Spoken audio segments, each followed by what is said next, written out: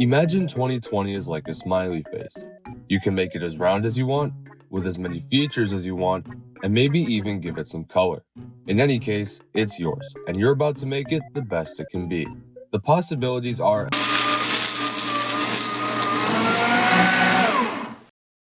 Fine! So it's safe to say that 2020 was not a very good year for many reasons.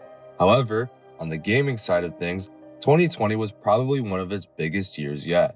As many people found themselves stuck at home, many of the industry's most well-known companies trickled release after release of some of the most anticipated and exciting releases of modern times, while announcing projects to come forth in 2021 and even starting a whole new console generation. Some games blew things out of proportion and shattered records, while others fell short of people's expectations. But regardless, 2020 in gaming had many stories of hype and success. Amidst the growing situation in the world, many publishers offered some of their games for free, showing that many were taking this situation seriously and wanted to make sure that most didn't go through the long hours of the day without having something to do, especially gamers. Now, I can't speak for every game since I didn't jump at the opportunity for some of them, but I did manage to get my hands on most of them, and in this video, I'm going to talk about my experiences with these games and maybe introduce you to something you might be interested in. These are 5 stay-at-home games I played in 2020.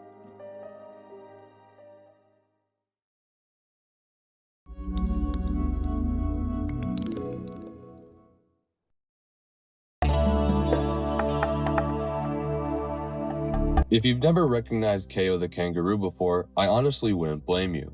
KO started out as an action-adventure game by Polish company Tate Multimedia in 2000, making its way to Windows and the Dreamcast. It would eventually receive 3 more games, including 2 sequels, but afterwards, the series would stay relatively quiet for over 10 years. But this would change in 2019 with a Steam port of KO the Kangaroo Round 2. The story is that the wicked animal hunter Barnaba has captured KO and his friends as a means of revenge, but KO escapes, and he must traverse through different worlds in order to save his friends and beat the animal hunter, and collect a lot of coins and crystals. The game is basically your run-of-the-mill platformer, with a varying cast of characters and colorful environments, with enemies to boot in each specific area. With that being said, the game lacks a lot of polish that other well-known platformers such as Banjo have, while also having a lot of gameplay qualities that have already been seen time and time again. There are also varying difficulties throughout each of the levels, varying from really easy to harder than they should be, and when combined with an unbalanced damage system, the game is overall pretty unmemorable, even when it's now priced at just $2. KO hasn't appeared on any home or portable console since 2006, but it's things like these that offer some hope. In 2020, KO was part of a campaign to combat the Australian bushfires, and later, it was announced that a new entry into the series would be released in 2021, along with Round 2 being offered for free for a limited time. Alongside occasional development updates, all the other previous games were re-released for PC on GOG as well. So who knows? With all the attention KO is getting, maybe this will be the return to form he deserves, and I'm interested to see where he'll go from here.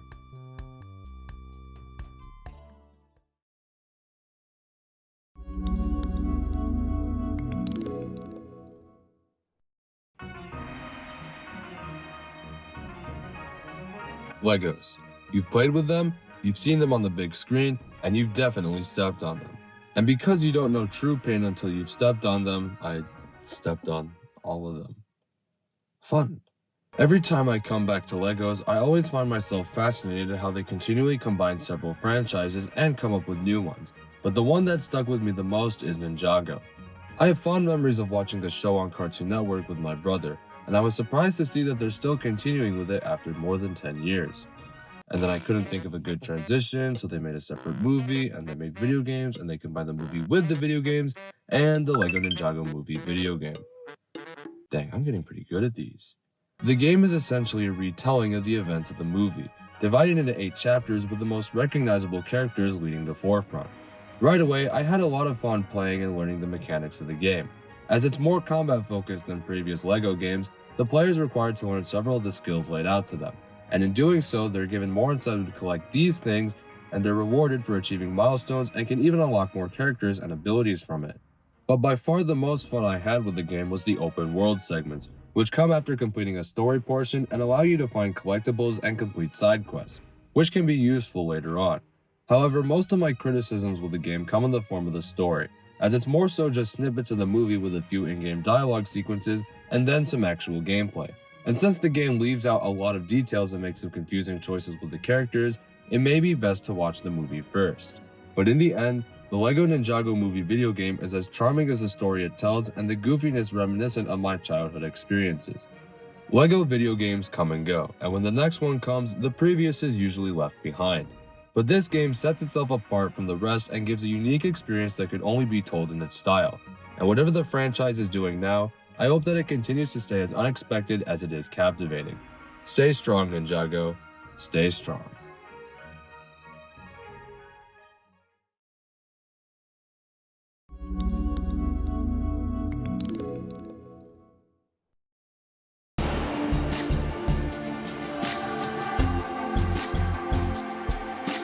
When I initially got my code for Snake Pass, I didn't know what to expect as I went into the game completely blind. But later on, I was starting to have a lot of fun trying to navigate through the maps with its wacky control scheme. And it can get really hard. Like, how do I miss that coin? Right away, Snake Pass will stun you as you first start playing.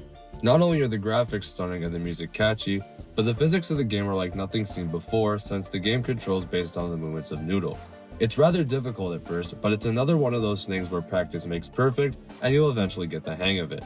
But where the controls and the game really suffer is the camera movements. In several instances where you're trying to navigate throughout some difficult portions, the camera can make weird movements that hinder your ability to make quick decisions and can even lead to death.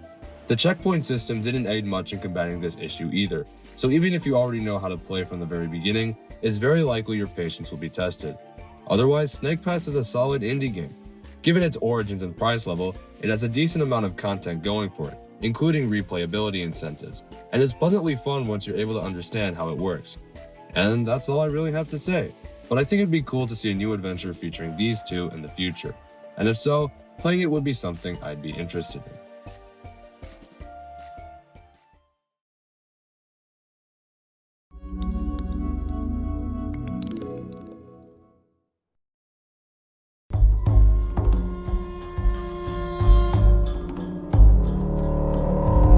Ever since games first utilized 3D graphics, many players have become fascinated with the idea of exploring their surroundings and discovering all kinds of secrets that may be lurking. Tomb Raider as a franchise cemented the idea of exploration. I mean, it was probably obvious from the name. And the 2013 reboot is no different. I went into the game with no expectations other than seeing the new Lara Croft, but as soon as I was given free reign, I wanted to explore as much as possible, earning new items and abilities that would help me along the way, and I kept this going throughout much of my playthrough. The story of the game serves as a reconstructing of the origins of Lara Croft, as she and her crew are lost on an island off the coast of Japan, and they must traverse its depths and discover its secrets in order to escape.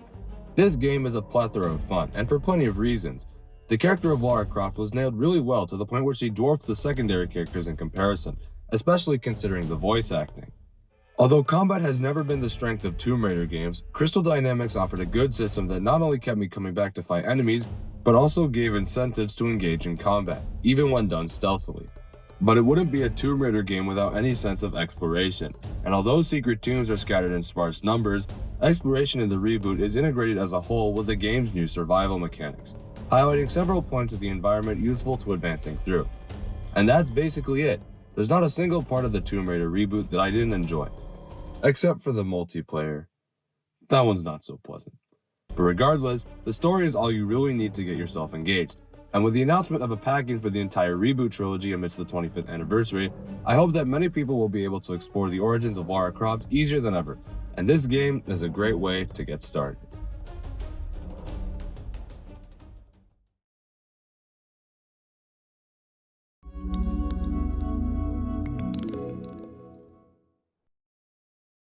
And for our final game, Hitman 2016. Although for this video I'm using footage from Hitman 2, but really at this point you should go with Hitman 3. So does that make it 3 games? Sure, why not? In 2021, the stealth genre of gaming is a shell of its former self, with series such as Metal Gear and Splinter Cell having an uncertain future after many years without a proper game. One of these series was Hitman, and it seemed like it was on the same track after many fans were left a bad taste in their mouths with Hitman Absolution. However, over the course of 5 years, IO Interactive has created a formula that worked well with the trilogy, and in each offering they found new ways to go back and utilize the levels to their creative limits, which is really impressive for an already sizable game.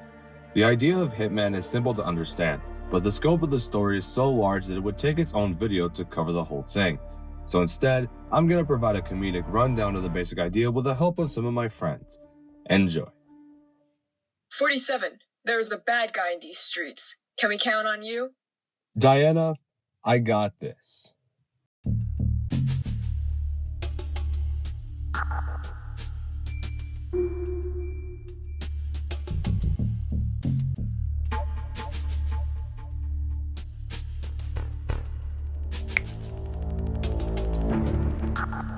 Are you the bad guy? Yeah. Nice, nice.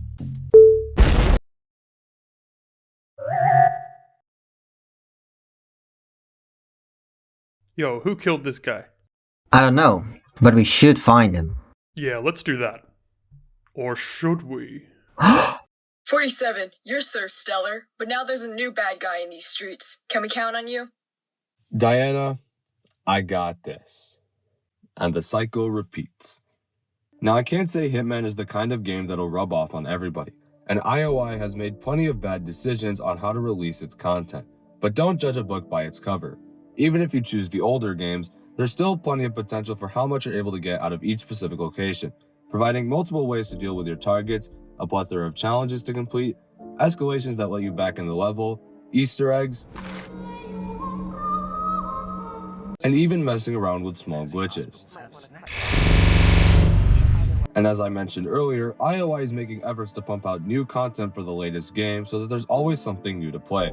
With a captivating story, a content-filled base game, and a large community surrounding it, Hitman is an experience I wouldn't pass up on. Even though Hitman 3 will be the last game of the franchise until after the new James Bond project they are working on, I still think that each of these games have enough capability to keep players coming back for years. It's just that good.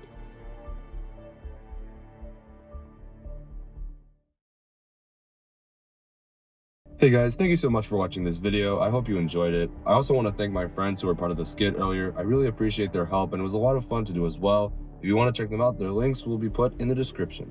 If you enjoyed the video, consider leaving a like and subscribing. It really helps the channel out. If you want to get notified about new uploads, consider hitting the notification bell or following my Twitter page. Either one works out. But yeah guys, that's about it from me. Again, thanks so much for watching and I'll see you all in the next video. Bye now.